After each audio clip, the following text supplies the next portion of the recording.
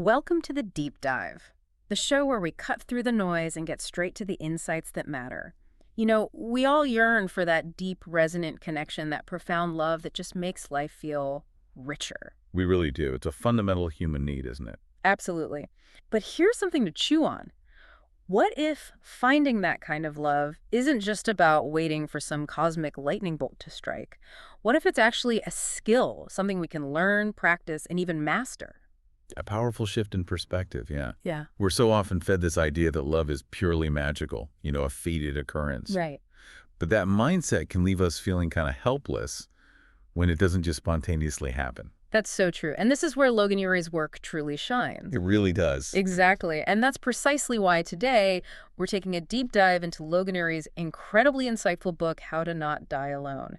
Forget the fluffy relationship advice you might have encountered before. Yeah, this is different. Ury, a Harvard-trained psychologist and behavioral scientist from Google, brings a very data-driven approach to romantic relationships. She moves beyond the unscientific and often unhelpful love guru tropes, giving us concrete, actionable tools rooted in science. Well, what's truly foundational to Ury's philosophy, her core premise, is that great relationships are built, not just discovered. Built, not discovered. I like that. Yeah.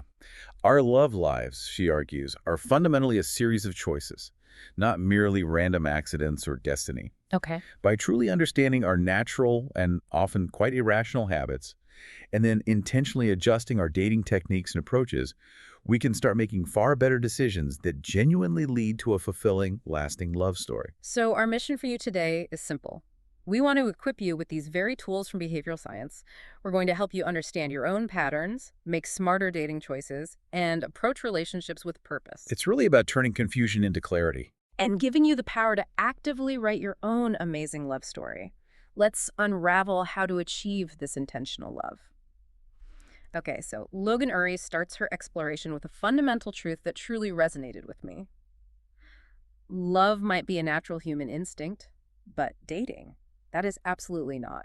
That's a great point. We're not inherently equipped to choose the right partner in this modern landscape. Not at all. And frankly, if we were, Ury probably wouldn't have built a career as a renowned dating coach and matchmaker. True.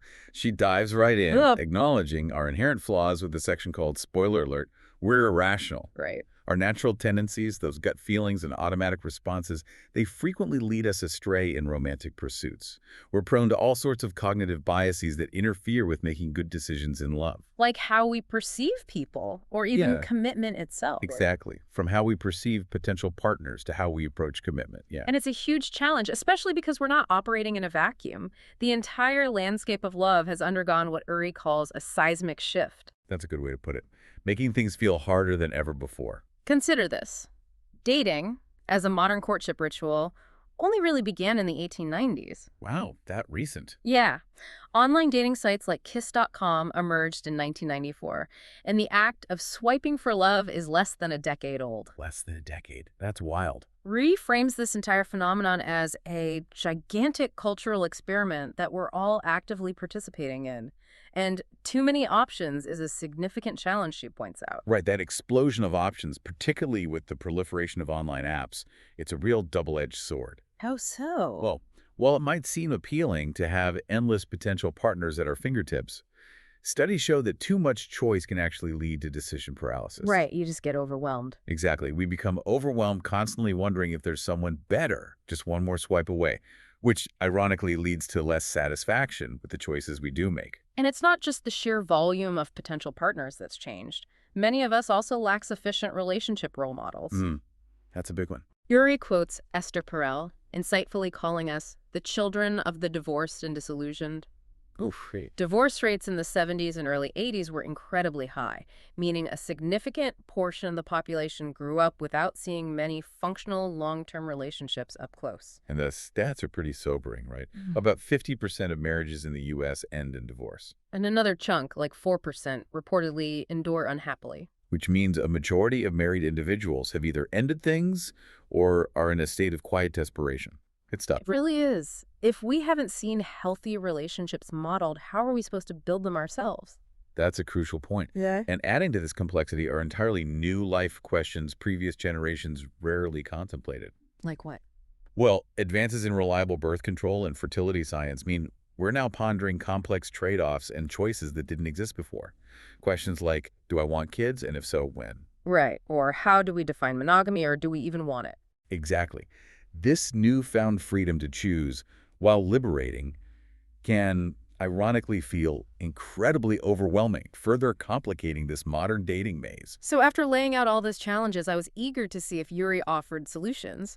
And this is where she pivots, showing us how behavioral science offers real hope to take control, isn't it? Yes, exactly. Despite all these challenges, Yuri offers a powerful message of empowerment. Okay, what's her core argument for how we leverage that science? She argues that by using insights from behavioral science, by understanding what motivates us, what confuses us, and what gets in our way, we can actually take control of our love lives. So it's not hopeless. Not at all. It's about leveraging this scientific understanding to make intentional decisions and navigate this modern dating landscape with far more purpose, ultimately building the love story we truly deserve. Okay, so if we're going to take control, the first step is a deep dive into self-awareness. Yuri identifies what she calls dating blind spots. These unconscious patterns of behavior that actively hinder our search for love, often without us even realizing we're doing it. These are the subtle ways we trip ourselves up. Absolutely. And she categorizes these invisible obstacles into three main dating tendencies.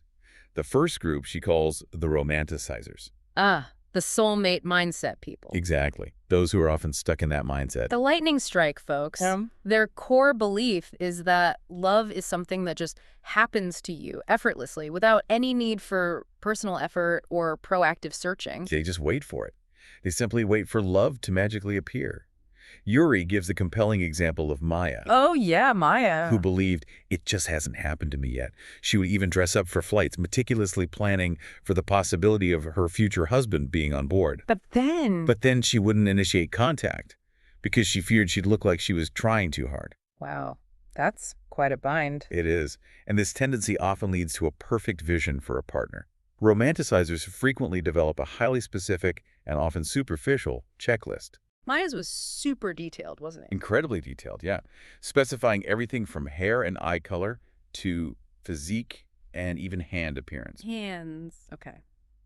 The critical problem here is that if someone doesn't precisely match this fantasy, they're immediately dismissed, So they miss out on potentially great people. causing romanticizers to miss out on potentially wonderful real-life matches. Yeah. It's wild how much this is ingrained in us. Yuri traces the historical roots, explaining that until about 1750, marriage was primarily an economic or political institution. Right, love was seen as secondary or, unreasoning and transitory. It wasn't until the Age of Romanticism, starting around 1750, that marrying for love became the societal ideal, prioritizing personal fulfillment and connection. And that ideal is constantly reinforced today by Disney movies, rom-coms, Right. and highly curated social media feeds, Oh, definitely. Instagram perfection. which all amplify these unrealistic expectations. They perpetuate the idea that relationships should be effortless, passionately perfect, and that one person can fulfill every single need. Which leads to these sky-high expectations. That real life simply can't meet, yeah. The reality, as Ury points out, is that relationships involve hard work, navigating highs and lows. It's not always sunset photos. Not at all. True love often blossoms in the everyday minutia, like changing diapers, doing laundry, or washing dishes. It's in those mundane moments that real connection builds. Okay, so moving on from the romanticizers, we have the maximizers. Right. These are the people constantly on a relentless quest for 5% happier. always seeking the best possible option. Driven by a deep fear of regret, yeah. This tendency leads to an exhaustive search and, crucially, a profound difficulty in committing. She gives an example, right? Stephen and Gabby. A classic example Yuri shares is Stephen and Gabby. Stephen genuinely loved Gabby. She was loyal, warm, caring, a nurse who fostered cats. Really great qualities. Sounds pretty good. But despite all her wonderful qualities, he constantly wondered, who else is out there? He fixated on minor perceived flaws, like Gabby not being social enough and delayed commitment, always believing there might be someone slightly better just around the corner. This is where behavioral science offers a brilliant, actionable tool, the 37% rule. Yes, I love this one. Tell us about it. Ury explains that after dating for approximately 37% of your desired dating window, so say you want to date for 10 years, that's after about 3.7 years, you've likely gathered enough data to establish a solid benchmark partner. Okay, a benchmark. From that point on, the rule suggests you should commit to someone who meets or exceeds that benchmark. It's not about settling. It's about making an informed decision based on sufficient data. Not endless research. Exactly. Rather than an endless, exhaustive search that paradoxically leads to less satisfaction. This concept truly is a game changer. Stephen's transformation illustrates its power, doesn't it? It really does. Gabby eventually left him because he couldn't commit. Understandably. Alone in his half-empty apartment, he finally realized the immense cost of his maximizing tendency. He learned to Satisfies. Yeah, to make a good enough decision and then commit to it, to actively appreciate what he had rather than endlessly searching for theoretical perfection. So he stopped chasing that extra 5%. He did. He later found lasting happiness with a woman he chose consciously and with gratitude, free from that lingering 5% happier question. Which brings us to the third group, the hesitators. Ah, yes, the hesitators. These individuals genuinely desire a long-term partner, but consistently find compelling reasons to postpone actively dating. They're perpetually stuck in the I'll be ready when trap. Exactly. Ury introduces Shay, a highly successful, financially stable lawyer with a rich life of hobbies and friends. Sounds like he has it all together. You'd think. Yet he repeatedly claimed he wasn't ready to date. His excuses varied widely, from needing his job in order, to saving enough money, to finishing therapy, or waiting until work is settled. Always something. Always. He genuinely believed he needed to be 100% perfect before entering the dating world. But Yuri explains that when she pushed him, it became clear Shay was ready. Yet his deep hesitation often stemmed from an underlying fear. Fear of rejection, fear of failure, or a pervasive fear of not being good enough. It's a defense mechanism. It's a classic defense mechanism because, as the saying goes, you can't fail at something you never attempt. And this hesitation comes at a very real cost, what economists call an opportunity cost. Absolutely. Like, choosing to pursue grad school means foregoing 2 years of salary. Waiting to date means missing out on crucial dating reps. Dating reps, like practice. Exactly. You can't learn how to ask interesting questions, how to express yourself authentically, or how to navigate a first kiss if you're not actually dating. You gotta get out there. The only way to get better, to refine those skills, is to consistently get out there and practice. So how do hesitators overcome this pervasive trap? Riri offers several brilliant strategies rooted in behavioral science. Yeah, she does. First, she suggests well-timed deadlines. Research indicates that shorter, more doable deadlines, like committing to use a 3-week gift certificate, significantly increase action-taking compared to longer ones. So set short-term goals. Right. If you commit to a date or event within a tight time frame, you're far more likely to follow through. Makes sense. What else? Second, identify as a dater.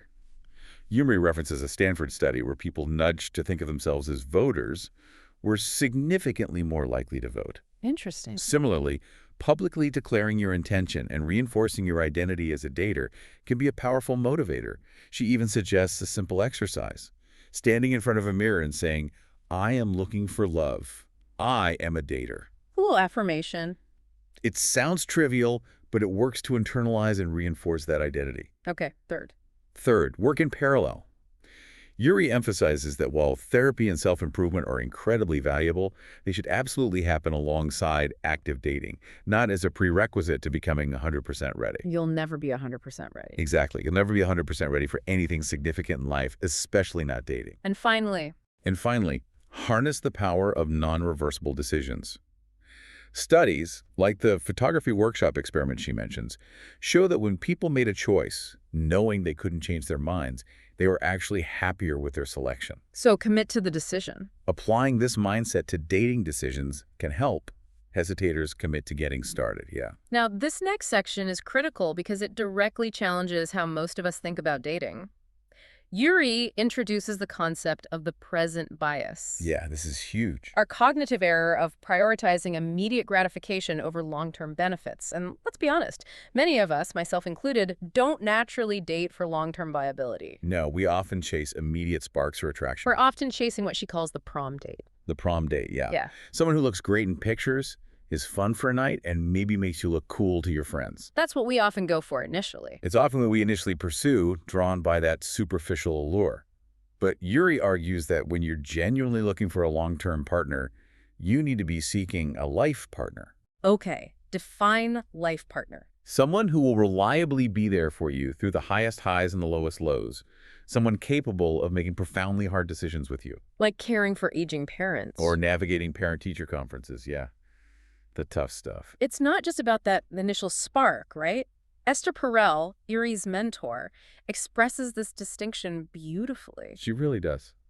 Differentiate between a love story, which many people can provide for a brief tryst, and a life story, which fewer people can truly build with you. So the question isn't just, is this exciting? Right. The fundamental question isn't, what would a great love story with this person look like? But a much deeper, more grounded one. Can I make a life with this person? What's fascinating here is what Ury, as a matchmaker, discovered about what people think matters versus what relationship science actually shows for long-term success. Yeah, the mismatch is stark. Matchmaking data reveals that people often prioritize short-term desirability, the traits of a prom date over qualities that genuinely predict lasting happiness. And the apps kind of push us that way. This imbalance is partly because dating apps make those superficial traits so much easier to measure and compare. So what do we often get wrong about what truly matters? First, money and income. Right. Ury points to research by Kahneman and Deaton, who famously found that emotional well-being doesn't significantly increase after a salary of about $75,000 a year. 75K, that's specific. Yeah. Beyond that threshold, it's often relative wealth, not absolute, that impacts happiness. So obsessively prioritizing someone with an astronomical income might not actually lead to more happiness in the long run. Okay, what else do we overvalue? Second, good looks. Good looks. Historically, it indicated health and vitality, which was crucial for survival and passing on genes. Makes sense evolutionarily. But in today's world, with modern medicine, reproductive fitness is less of a concern. More importantly, Ury highlights a crucial truth. Lust inevitably fades. It does. Psychologist Tai Tashiro's longitudinal study showed that lust, sexual desire, declines twice as fast as liking, friendship, loyalty over 7 years. Twice as fast. Wow. And Helen Fisher's research even suggests lust is an evolutionary addiction designed to keep us together just long enough to raise a child to about age 4. Just long enough. Okay. And here's the kicker. Attractiveness doesn't guarantee good sex or a good partner. That's true. Ury references the Bubble episode of 30 Rock, where John Hamm plays a handsome character so insulated by his looks that he's incompetent at many things. Including sex? Including sex, yeah, because nobody ever told him the truth.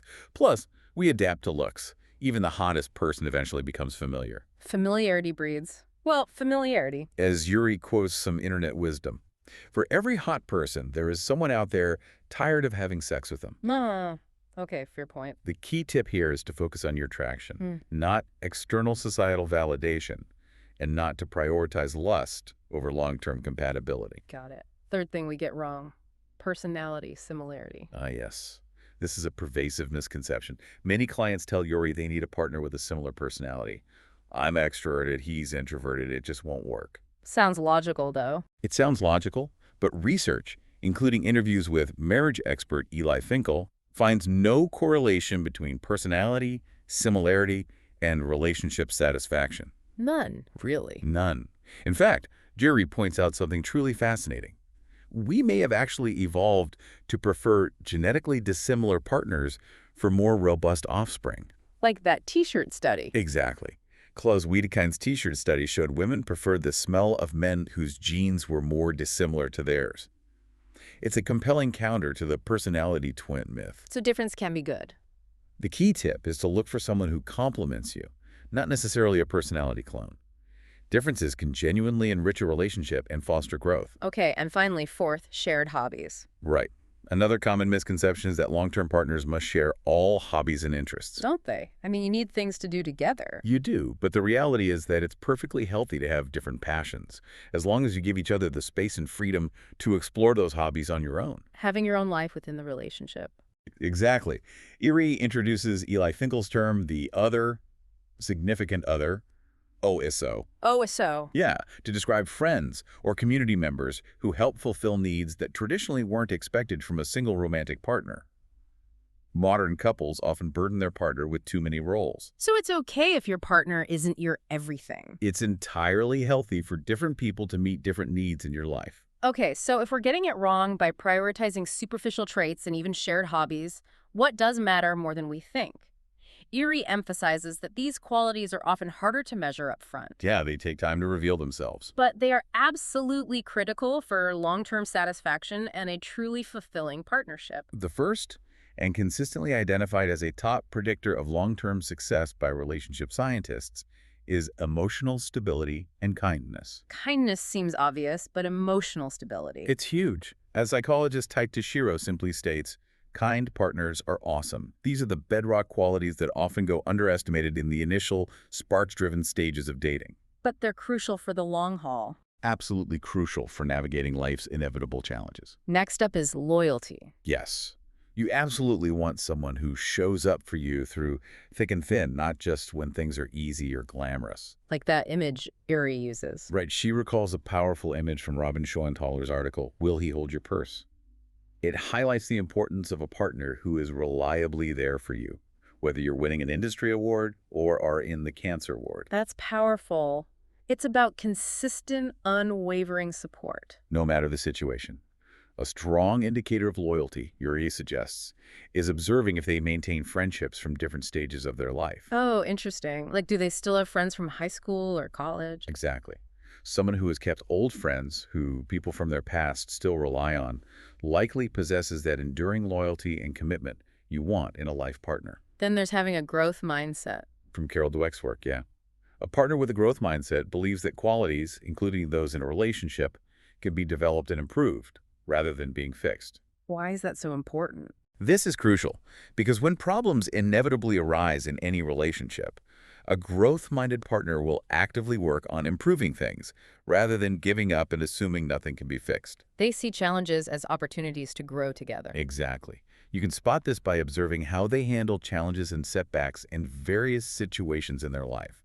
Do they learn and adapt, or do they retreat?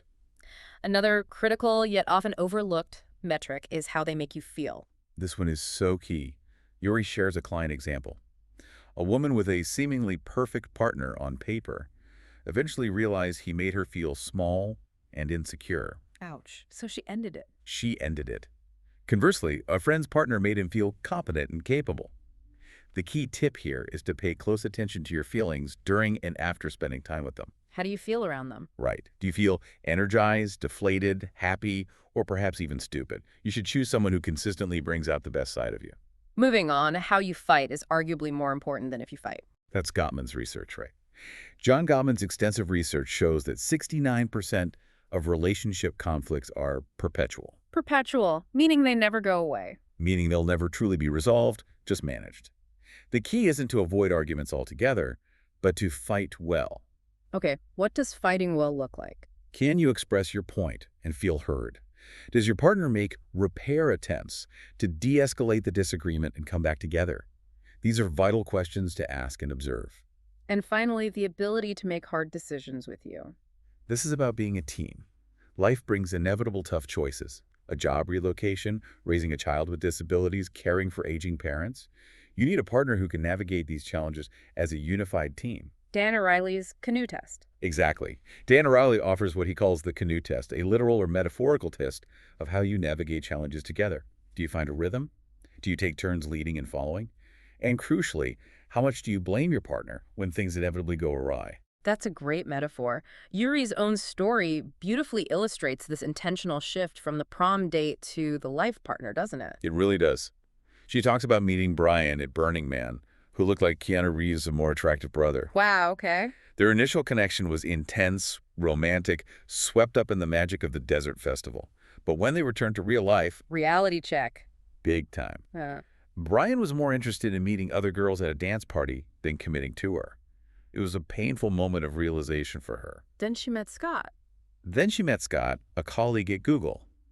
Their connection was a slow burn, starting with commiserating over bad online dates, sharing lunches, and gradually revealing deeper compatibility. So not the bad boy. Not at all. Scott was nothing like the bad boy image she thought she wanted. He made his interests clear, was a secure communicator, and made her feel genuinely admired and excited. And that's the intentional shift. Exactly. This intentional shift, choosing Scott over the fleeting infatuation of Brian, highlights the crucial difference. It's about deliberately moving your focus from superficial, easy-to-discern traits to these deeper, more crucial qualities that reveal themselves over time and build a lasting foundation. All right, so we've identified our dating blind spots and what truly matters in a life partner. Now, how do we actually date smarter? Let's start with the dating apps, because for many of us, they're the primary avenue. Yeah, you kind of have to engage them these days. But Uri points out several fundamental problems with dating apps that we often overlook. She does. First, we don't know what we want long term. Our intuition about what will make us happy in a lasting relationship is often surprisingly wrong. Like Uri herself, right? Right. Uri herself notes she wasn't looking for a vegan engineer, but that's who she found happiness with. Apps, by presenting profiles as searchable goods, reinforce the idea that we should know exactly what we want, often leading us astray. That's a powerful point. And this leads directly to problem number 2, flawed onboarding filters. Oh yeah, the initial setup. We rush through setting preferences, age, height, habits when we sign up, often without much forethought. And then we're stuck with them. These initial choices then become rigid, limiting our exposure to potentially great matches who simply fall outside our self-imposed criteria. If you filter out everyone below a certain height, you'll never know if you might have clicked with someone amazing who just happened to be a bit shorter. Third problem. Third, Ury vividly describes this as relation shopping. Relation shopping, like online shopping for people. Exactly. Apps reduce living, breathing people to searchable goods with objective attributes, rather than experience goods like wine or movies that must be personally felt and evaluated. It gives us this false belief. A false belief we can simply compare parts of a person to find the best one, when in reality a person's value is subjective, holistic, and much more than a sum of parts. Then there's the paradox of choice. Yes. Ury points to studies like the famous jam samples experiment. The jam study. Yeah. When people were offered 24 types of jam, more approached the table, but far fewer actually bought any compared to when only 6 options were offered. Too many options leads to nothing. Often leads to paralysis, yeah. We end up making no decision at all. The endless scroll of dating apps can replicate this exact paralysis. And finally, problem 5. Apps are often designed to be addictive. They really are. The swiping mechanism, particularly on apps like Tinder, is modeled directly after B.F. Skinner's experiments that conditioned pigeons into gamblers. Like a slot machine for faces. Pretty much. The intermittent rewards, a match, a message, make the process habit-forming, keeping us hooked in a cycle that might not be productive for finding actual connection, but is great for keeping us on the app. Okay, so it sounds grim, but how do we work the apps for us instead of against us? Ury offers truly actionable advice. She does. First, change your filters. Reevaluate and broaden your initial preferences. Be genuinely curious about people outside your presumed type. Don't just stick to the checklist. Exactly. Don't assume you know what someone's vague profile answers, like Catholic or occasionally does drugs, truly mean. Meet them in person to explore those nuances and see the full picture. Okay, second. Second, select great photos. Photos are absolutely paramount on dating apps. Ury shares data-driven tips. Women boost their chances by standing alone, looking away, or smiling with teeth. Okay, specifics for women. What about men? Men boost chances by standing alone, smiling without teeth, and looking straight at the camera. Smile without teeth. Interesting. Yeah. Candids outperform posed photos by 15%, while bathroom selfies notoriously decrease likes by 90%. No bathroom selfies. Got it. And surprisingly, black and white photos can boost likes by a significant 106%. Wow, black and white it is. Crucially, Ury emphasizes that most people are bad at choosing their own best photos. Get external, unbiased feedback from friends. Good tip. And third? And third, master the messaging and date invitation. The goal is a smooth, efficient transition from texting to an actual in-person date. Get offline quickly. Right. Instead of endless back and forth, propose a specific day and time. I'm really enjoying this conversation. Want to continue it over a walk on Sunday afternoon? Or drinks Thursday, 7 p.m. Make it easy. Making it easy to meet avoids scheduling fatigue and keeps the momentum going, moving things off the screen and into reality. Now, let's talk about meeting people IRL, in real life, because while apps dominate, it's still a highly effective way to meet someone. Absolutely. But many people feel it's rare to meet someone offline, fearing rejection or being accused of being creepy. Yeah, it feels higher stakes somehow. It can. Ury provides a strategic approach to navigate this. She offers the event decision matrix. Yes. A brilliant tool to strategically choose events. The vertical axis measures the likelihood of person-to-person interaction, and the horizontal axis measures the likelihood that you'll genuinely enjoy the event. Enjoyment matters. It really does. The strategy is to focus on upper right quadrant events, those you're likely to enjoy and where you'll have ample opportunity to chat. This way, even if you don't meet a match, you still had fun and feel good. It's never a wasted effort. Exactly. Yuri's client, Alicia, committed to 2 such events a month, publicly declaring her goal to increase her follow-through. How do you find these magical events? Yuri suggests checking platforms like Facebook events, meetup.com, organizational mailing lists, university talks, asking friends for their cool events, or simply using Google searches for local activities. The key is to be proactive in your search. Okay, so you find an event. How do you approach it? When attending these events, do so with intention. Go alone or with the right-wing person. Someone independent, caring, positive, and genuinely invested in your success who won't be upset if you talk to others. Choose your wing person wisely. Very wisely. Make a good first impression by wearing something that makes you feel confident and flirting with eye contact and a genuine smile. Start small. Commit to meeting at least one new person per event, practicing initiating conversations. Get those reps in. Exactly, get those reps in. Commenting on something nearby is a great opener. And here's a clever tip. Get in a line. People in lines are often bored and receptive to conversation. Huh, that's smart. What about setups? Beyond events, get set up by friends and family. Stanford research shows this is the 3rd most common way people meet, after online and at bars restaurants. So don't discount it. Definitely not. To facilitate this, clearly let them know you're interested, make it easy for them, say yes to introductions, and give constructive feedback and genuine gratitude. Incentives up too. Ury even mentions offering incentives. A coworker's famous $10,000 offer for finding a spouse, or a friend's dad sending nuts.com packages for 5 dates. These can significantly motivate people to actively set you up. Nuts.com packages, I like that. Ury also outlines a clear, compassionate matchmaker's process for friends to connect people, even suggesting quirky first date ideas to break the ice. It's a great reminder that your potential partner might actually be hidden in plain sight among people you already know. Right. The mere exposure effect means we tend to like familiar things and people more. What if you're interested in a friend? That's tricky. It is. If you're interested in a friend, Ury advises broaching the subject coyly, like, crazy thought, I wonder what we'd be like as a married couple, to gently test the waters and see if they're open to the idea. Gently does it. And of course, be prepared for their response. And finally, simply talk to strangers. Just talk to people. Yeah. Studies, like those on Chicago transit commuters, consistently show that engaging with strangers can actually lead to a more positive and happier experience than commuting alone with your headphones in. So take the earbuds out. So put away your phone, take off your headphones, and intentionally interact with the world around you. It opens up a whole new, unpredictable world of possibility. So we've talked about finding people, but what about the actual date itself? Ury calls out a common, deeply frustrating problem. Modern dating often feels exactly like a job interview. Yes. The job interview date is the worst. It's a sterile, evaluative process where both parties are checking their pulse for the spark, which leads to missed opportunities for genuine connection. Exactly. Ury gives the stark example of Jonathan, who met a great guy, but after a brief 20-minute, 7 a.m. pre-work coffee date, felt no spark. 7 a.m., that's rough for a spark. Right. Jonathan was stressed about an upcoming investor meeting and couldn't be truly present or open.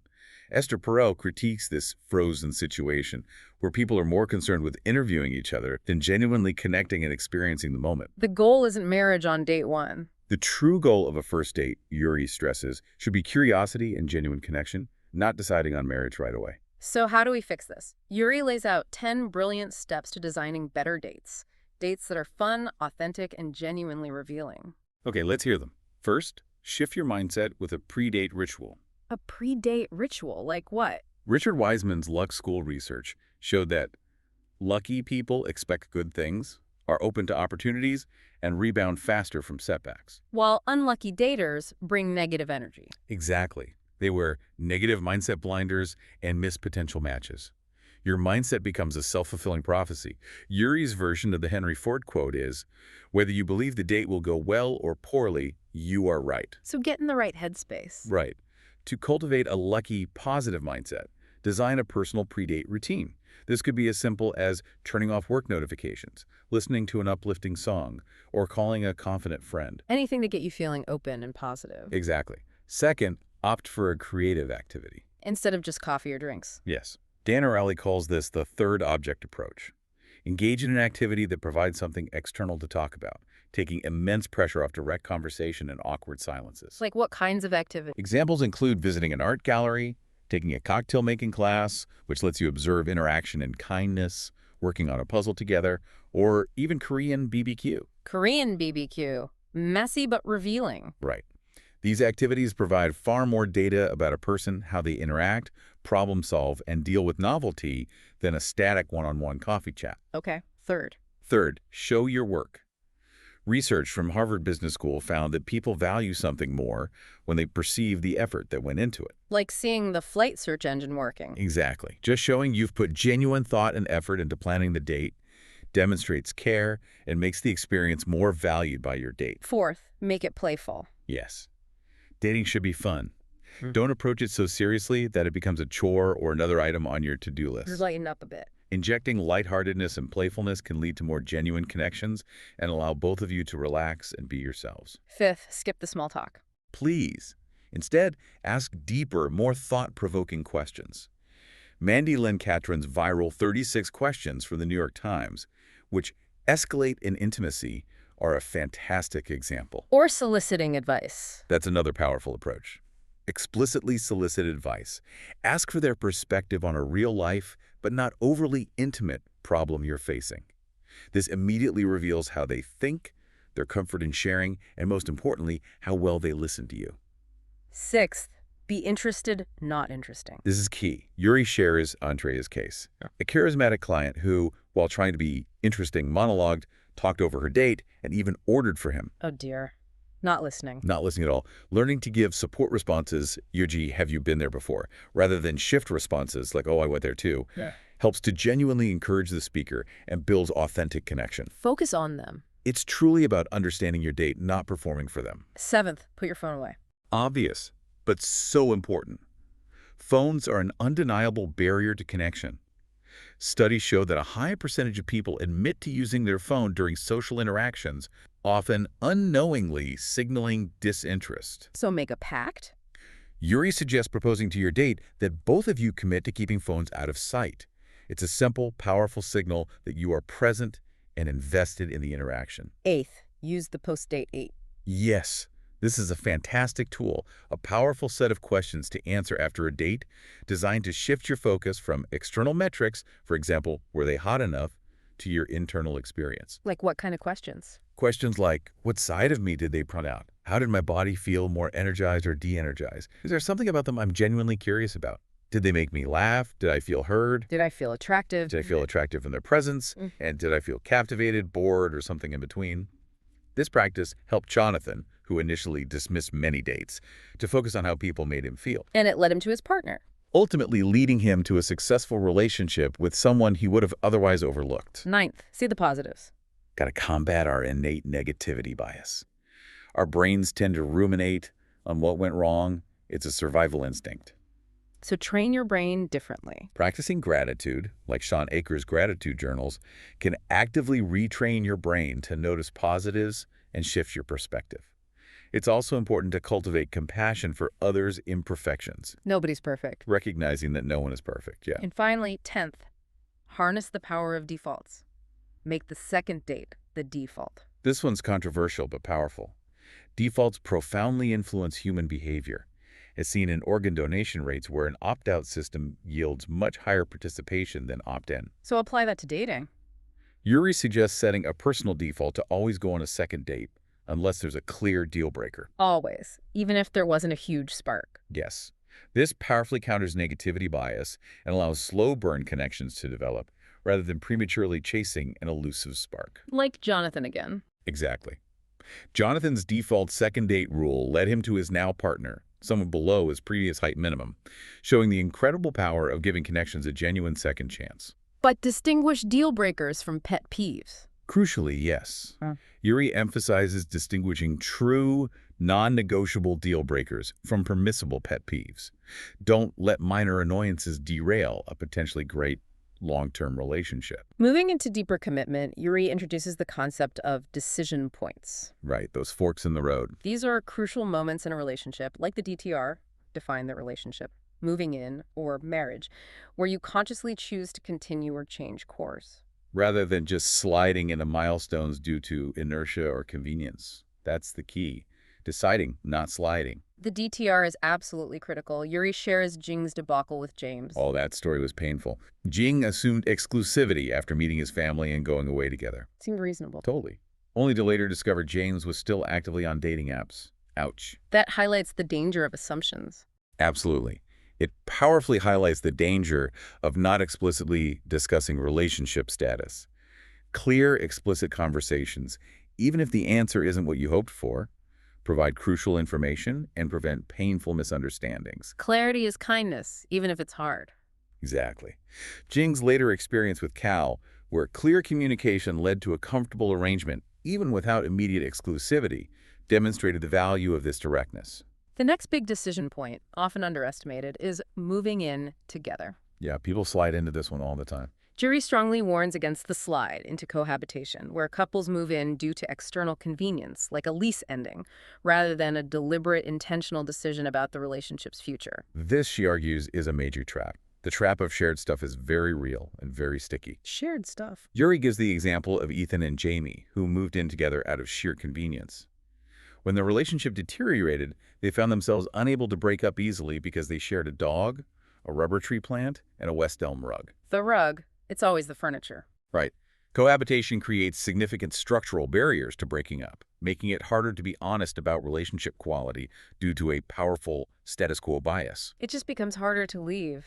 The emotional and logistical cost of separating significantly increases, making couples more likely to stay, even if they're unhappily enduring. This brings us to Ury's two key categories for how people tend to approach these big relationship decisions. Hitchers versus ditchers. Yes. Ditchers are those who leave relationships too soon. Why do they ditch? Their motivation often stems from being maximizers, constantly seeking something better, or romanticizers, chasing the intense initial falling in love excitement. They mistake the calm for the end. They frequently fall prey to the transition rule, mistakenly interpreting the natural shift from the intense, thrilling falling in love phase to the calmer, deeper being in love phase as a sign of relationship failure. Much like lottery winners aren't necessarily happier a year later. She illustrates this with Mike. Yeah, Mike, who wanted to leave his kind, supportive girlfriend after only 3 months because of a permissible pet peeve. Her pronunciation of the word picture. Picture, that's it. That was it. The fundamental problem is that ditchers miss out on learning how to navigate challenges and truly be a good long-term partner. So what was the advice for Mike? Ari's strategy for Mike was to commit to investing in the relationship and to practice appreciating her strengths by listing 5 good things about her each week. Focus on the positive. Okay, so on the other side are hitchers. Hitchers, who, conversely, stay in relationships too long. They're profoundly affected by cognitive biases, like the sunk cost fallacy. Sunk costs. I've put so much time in already. Exactly. Continuing to invest in a relationship because of past resources, time, emotion, already dedicated to it, even if it's clearly not working, like stubbornly staying through a terrible improv show. We've all been there. They also fall victim to loss aversion, where we feel the pain of a loss twice as intensely as the pleasure of a gain. The fear of losing a partner, even a bad one, often outweighs the potential gain of a better, unknown future relationship. Like Sydney, the client on the phone. Exactly. Sydney, a client who cried into the phone at 11 p.m., was a classic hitcher. She stayed with Mateo for 10 years, admitting she had long outgrown him, describing their relationship as a scrubby old sweatshirt. She simply couldn't take off. Wow. So hitchers miss out on finding someone better suited. They ultimately forfeit the opportunity to find a truly satisfying, fulfilling partnership that aligns with who they've become. So Ury offers clear end it or mend it advice. She does. For ditchers or hitchers who haven't truly invested in the relationship, stay, be patient, and actively try to bring your best self. Give it a real shot. Right. Relationships have natural downturns, and sometimes, as Eli Finkel suggests, the Brits' approach is to recalibrate expectations and temporarily ask less of the relationship. Ury herself experienced this with her partner Scott during a challenging period. She realized she needed to invest more. She realized she hadn't been fully present or curious in their relationship and made the conscious choice to invest more. Yeah. But for hitchers who have given it a real chance and it's just not working. For hitchers who have genuinely given it a real sustained chance and it's clearly not working and their needs are not being met, it's time to leave. That's tough. It will be painful, undoubtedly, but it is a necessary step that ultimately frees you to find a fulfilling partnership. Sydney's feeling of taking off a heavy coat after her breakup perfectly captures the sense of liberation that can come from making that difficult decision. Okay, so if you decide to end it, how do you do it compassionately? For serious but non-marital relationships, Ury provides comprehensive guidance for compassionate breakups. Applying goal-setting research, she frames breaking up as a goal that requires a clear plan. A plan for breaking up. Yeah. For the breaker-upper, steps include preparing a clear, compassionate message focused on your reasons, avoiding accusatory "what's wrong with me?" questions. Keep it about I, not you. Exactly. Preparing for the conversation by practicing what you'll say with a trusted friend and setting up accountability, Accountability. Like telling someone. like telling someone or even writing a check to an opposing political campaign if you don't follow through. Make it hard to back out. Okay. What else? You also need a post-breakup plan for yourself to handle temptations to contact your ex, such as deleting numbers or blocking social media for a set period. And involve the other person. Crucially, Ury advocates for making a plan with your ex, creating a breakup contract. Actively involving them in post-breakup logistics and communication boundaries significantly increases their investment and acceptance of the outcome. So they have some agency. Exactly. And always remember Ury's anti-ghosting principle. Ghosting is an unfulfilled expectation of a response and is fundamentally cruel. Just send the text. Send a simple, kind text for short-term dating or make a phone call for longer, more serious relationships. Don't just disappear. Okay. And overcoming heartbreak. Finally, to overcome heartbreak, Ury suggests reframing it as a gain, not a loss.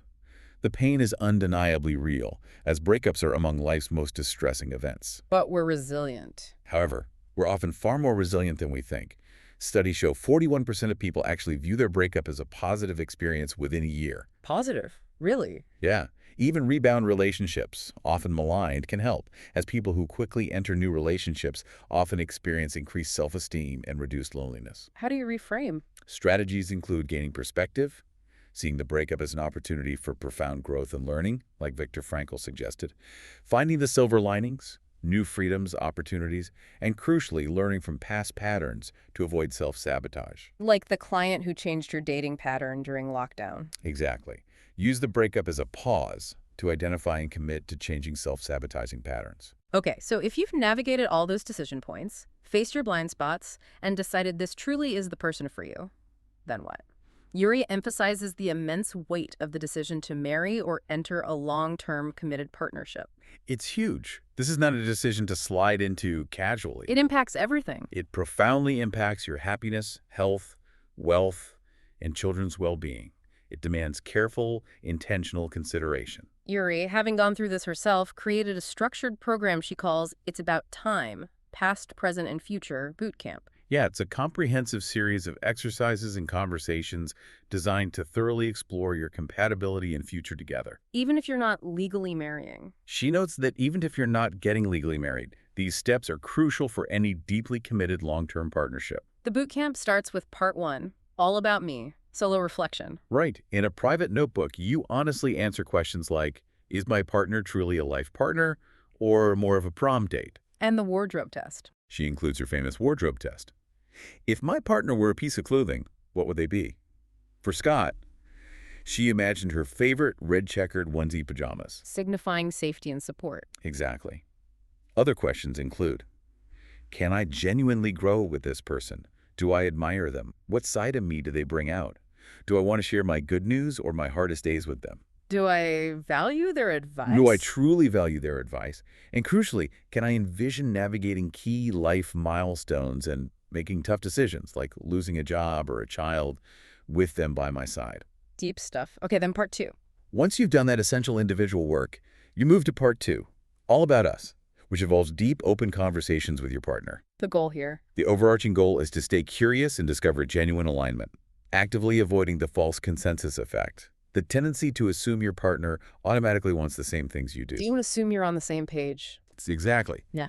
Ury recommends setting aside 3 separate nights over a month for these substantive discussions. Before each conversation, do a connecting activity together.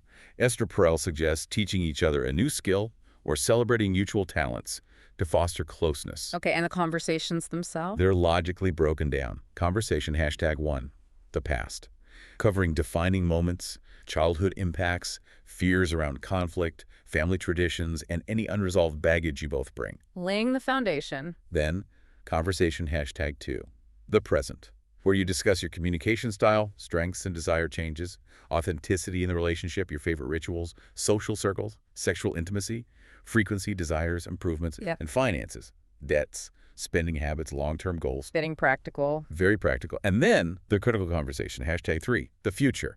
This covers major life decisions like where you want to live, kids. The big one. The big one. Number, timing, and alternatives if conception proves difficult. Ury shares her own experience with Scott, discovering he wanted one child and she wanted two. How did they handle that? They argued about the merits of their respective childhoods, but ultimately realized they were both willing to compromise, deciding on one child and seeing how they felt later. Compromise is key. Absolutely. This section also covers careers, retirement plans, and bucket list items you hope to experience together. These honest conversations, for Ury, provided the profound clarity that Scott was the right partner for both now and the evolving future. But the intentionality doesn't stop once you've made a commitment. Ury advocates for an ongoing relationship check-in. Yes, maintenance is crucial. This includes an annual review to revisit and update your relationship plan, essentially creating a living relationship maintenance manual. Like a tune-up for your relationship. Exactly.